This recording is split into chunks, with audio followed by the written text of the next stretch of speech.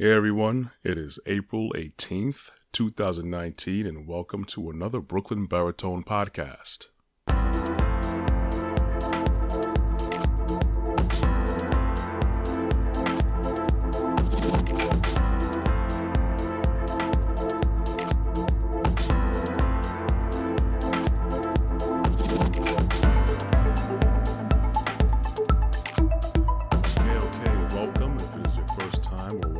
If it is not your first time, I am, of course, Corey Ashley, and this is a weekly episode of a Brooklyn Baritone podcast where I discuss many things dealing with life, quality of life, development, whether it's personal, spiritual, professional, all these things that make up who we are, and I try to hopefully spark something to make you better, realize things about yourself and about things and everyone around you. This week's topic, I'm going over communal mindset. It's always important to have the proper get up and go and drive to build yourself up, to find out what you're really good at, what your strengths are, to always strive to learn. Never stop learning, never stop building.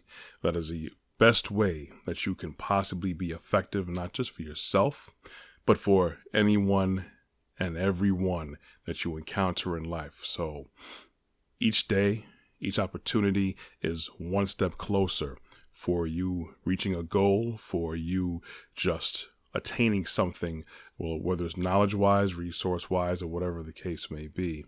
So at that point where someone interacts with you, you are your best you. But it also goes further than just developing you, because when you're truly and effectively growing yourself to be your best you will ultimately influence other people around you. So that easily translates into having a more communal mindset.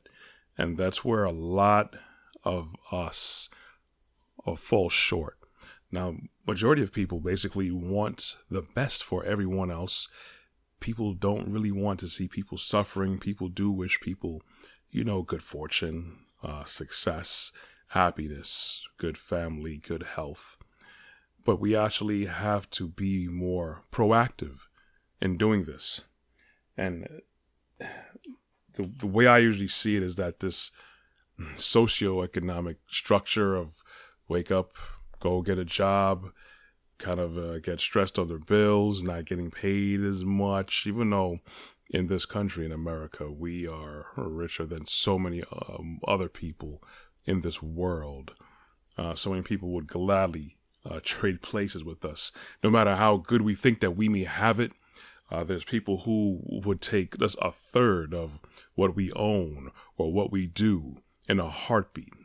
So we've kind of gotten complacent and, wanting more and trying to get more, where that unfortunately replaces having compassion for other people, where you're so tied up in getting ahead for yourself, paying your bills, or being swamped you feel financially. You may not have enough room for anybody else, even though you probably may give or help whenever the situation arises. But we could be and should be doing more, because there's a lot of people who need genuine care, people who need genuine help, people who are homeless, people who need better structure and resources for their families, for themselves. But when you strengthen the individual, the community is going to grow. It's just automatic, like law of physics. And I do pretty much beseech everyone to look at what's going on in the community, because as you know, I have a relationship with the Creator, the Elohim, the God of Moses and Abraham. So I understand it's not just about going to, church, going to an organized building, even though that's very important. It's having a relationship with him. And when you have that relationship with him, you understand that there's certain rules and certain ways how life is supposed to be. And everyone's going to benefit from everyone actually pitching in to help each other. That's how it's really supposed to be.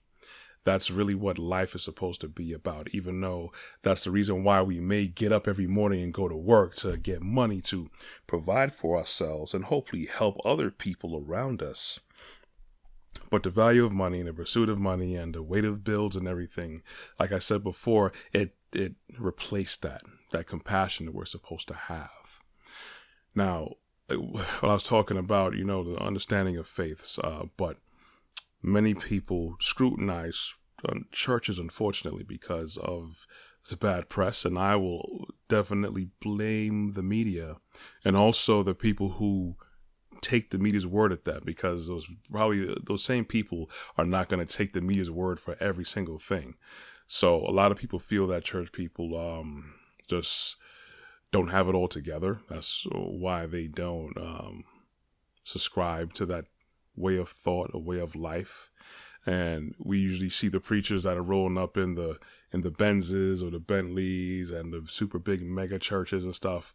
I understand they're out there, but I could probably say, don't hold me to this. I'm not being accurate, so I don't have any sources cited for this. But I could easily say you could find for every one undesirable pastor or even congregation, you can easily find at least 50 other pastors and congregations that are about that life to help people, that are actually building people up.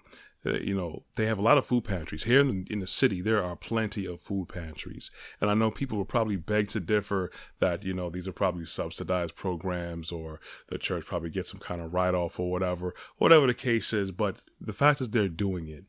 And they're doing it where people don't have to be a member of that congregation or give any kind of offerings to that congregation, or even, pay for these services. And we know there are people who are hungry, so you can't get past it. When we get down to it, leave all the other political or opinions or whatever nuances that you feel why certain churches may do things for their benefit. The fact is that they're doing it because you're not doing it. And I'm not throwing this at anybody else or just any person who's listening. There's so many people who sit on the side like the peanut gallery, and they say so many things about what's wrong with the church and what's wrong with society and what we need to do, what they need to do. But these are probably the same voices that don't really get up and do anything, or probably have not done anything for anyone else, really. They might have, given $1 here to a homeless person or someone who was panhandling, but that doesn't constitute it actually helping people. I would say look at community churches first, because usually, more than likely, they will have some sort of programs that they do, that they get very engrossed with the community, with outreaching, with people, and not necessarily just to get people to come to church, even though that is the goal, to really get people to understand where they come from, the Creator. But it's just knowing that, okay, let's get some sort of resources together, organize it, and get some food together. Let's give them some clothes, have a drive, or a lot of churches, they sponsor shelters for different people, men, women, young girls, pregnant girls, all over the place. And the unfortunate part is media, social media included, doesn't really highlight that, So people were quick to say, y'all people, especially my fellow people of color, so many downgraded things where I hear is like, well, y'all following the slave master's religion. Well, you have to do some real digging in history to really understand that is false. And just because you feel comfortable with that doesn't mean it's truth. And you have to realize where religion really came from and where it really started. It's not what you think it is. But when you really want the truth, you'll dig for it. And when it's time for you to really understand, then you'll understand. But again, going back to the communal mindset, I'll say look at churches. But it's not just churches as well. There are many other organizations that are not affiliated with churches or religion or faith that help people. There are plenty of things you could get into yourself. At least, there are established organizations you can get into and give your time, not just give money. It's money is valuable, but Again, the socioeconomic structure has us thinking that money, unfortunately, replaces, or we could substitute money for actual human value. And that's never, ever, ever going to be the case, no matter how much billionaires are out there in the world, or how much people are trying to get their house and their home and everything. You could get those things, but you can never replace the value of human presence, especially when it's genuine, and especially when they're focused on doing things positive for people. So the best thing you can actually give is time. Money is valuable because you can gain other resources too, but it's valuable for the people who are receiving it, but it's, I believe, even more valuable for people who are giving it, because what it does now, it exposes you to many more things that are just outside of your scope of understanding things. It's a process where it reciprocates growth. On one end, there's someone who's definitely willing to receive your help and will be very grateful for every bit that they get, because more than likely it will be someone less fortunate if it's like, again, a recipient of an organized event or communal organized event or party or whatever. It's usually because there's a need that people, have out there, and these groups are looking to fulfill that need. But if you become a part of that and understand the core belief and the core reason behind it, you will find there's so much more in giving of yourself and your time and understanding what other people are going through. And it opens your mind up more to be more humble, and also to be very grateful for what you have, because you never know if you may need help. And there are people and resources there that are there, should you be able to find it, that can help you out. Yes, money is important. I'm always going to talk about that. Nothing is ever going to replace the value in people. And unfortunately, in workplaces, we don't have that. Even in homes, we don't have that. We don't even take the time a lot to even correspond with each other. So it's going to be really hard for regular people out there in society to correspond with a person that they don't know at all. They don't know this person from Adam. We kind of have to get our heads out of the sand with that right there. So I would definitely say volunteer your time, because I don't do it all the time, but I have volunteered, and it wasn't anything, earth shattering, because it's not like I went to a war-torn country or a place that was greatly affected by a natural disaster, but to simply go into a soup kitchen or being involved with, putting out food or clothes or anything like that, just to know you're helping people and not expect anything back, or not doing it for any kind of recognition. I mean, it's cool if you let people know, but the best type of help is the help that comes from the heart, that's genuine, and don't even let people really know too tough like that. Because I've posted pictures when I went to the soup kitchen, just to show us you and stuff as a family, but I haven't shown taking pictures like that like every time that we went. We've gone a good amount of times as a family. And, it's the least that we could do. And it doesn't have to just be like a soup kitchen or even a clothes drive, a food drive. Heck, you could even just look around your community. You want to call it menial, but it's called being responsible, where you may see trash on your block or your area, your community. And you could just opt to pick it up. It might be a lot of trash, but just do it one time at least. This is at least you said to yourself, I did it one time, because a lot of people get tired of looking at trash. So who's going to do something about it? This is something I know I've talked about to myself to do it. I haven't done it yet, but have that mindset of, what possibly you can do to help improve something. Or even just outreach to someone, even just talk to one of your neighbors, see how they're doing, check on the welfare of them. Don't just let, your bills or your personal ambitions get in the way of you helping someone, because people need help. People need companionship. There's people out there who just need it. And I really shudder at the fact that if someone's not doing good, it's just not my problem. Or if someone's not doing good or they're at a low point in life, well, they got to get themselves together. And that's a terrible way to think. Yeah, there are people who are irresponsible. And there are people who just get themselves into messes where it's a wise thing for you to not get involved.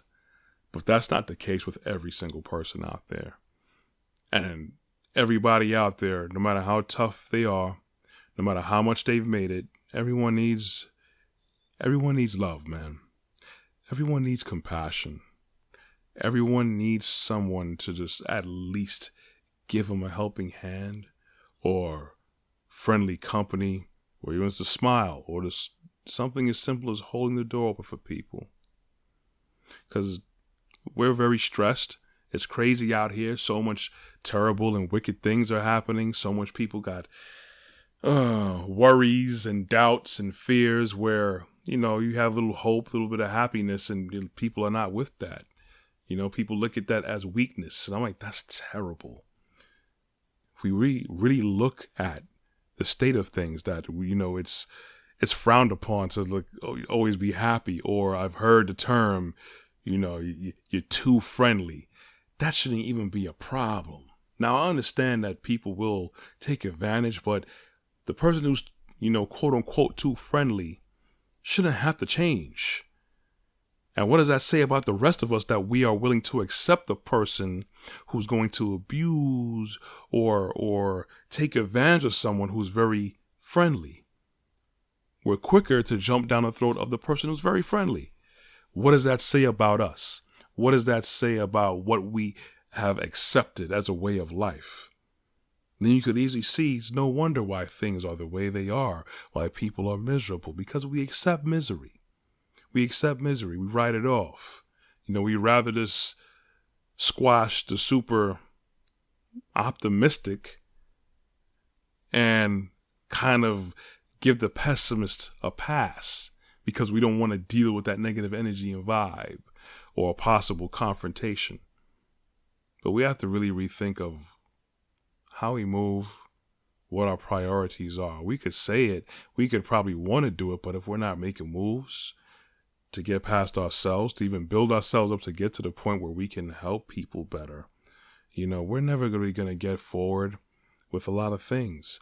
We're not really going to be able to unleash blessings, because it is a blessing for you to give your time to people, for you to share knowledge with people, to share experiences, to share something that'll make someone else's life a bit better. Even if it's just one time, you need to just do it. That's why it warms people's hearts. But anyways, I think I've gone on long enough. I don't want to stretch it out anymore. I just wanted to just kind of touch on that, because I do know people around me as well that do a lot of outreach programs. And it's a good thing to know people like that. And it's a good thing to even have the capacity to be able to just know a group and join a group or a person. But again, it'll behoove you to get out your box, out your comfort zone, out of, your four walls, either physically or mentally, and go out there and enjoy life, engage with other people, see what else is needed out there. It's easy to sit on the sidelines and spew out opinions or what we should do or we shouldn't do. Well, what are you actually doing to make a difference in the world? What are you actually doing other than being negative to actually help?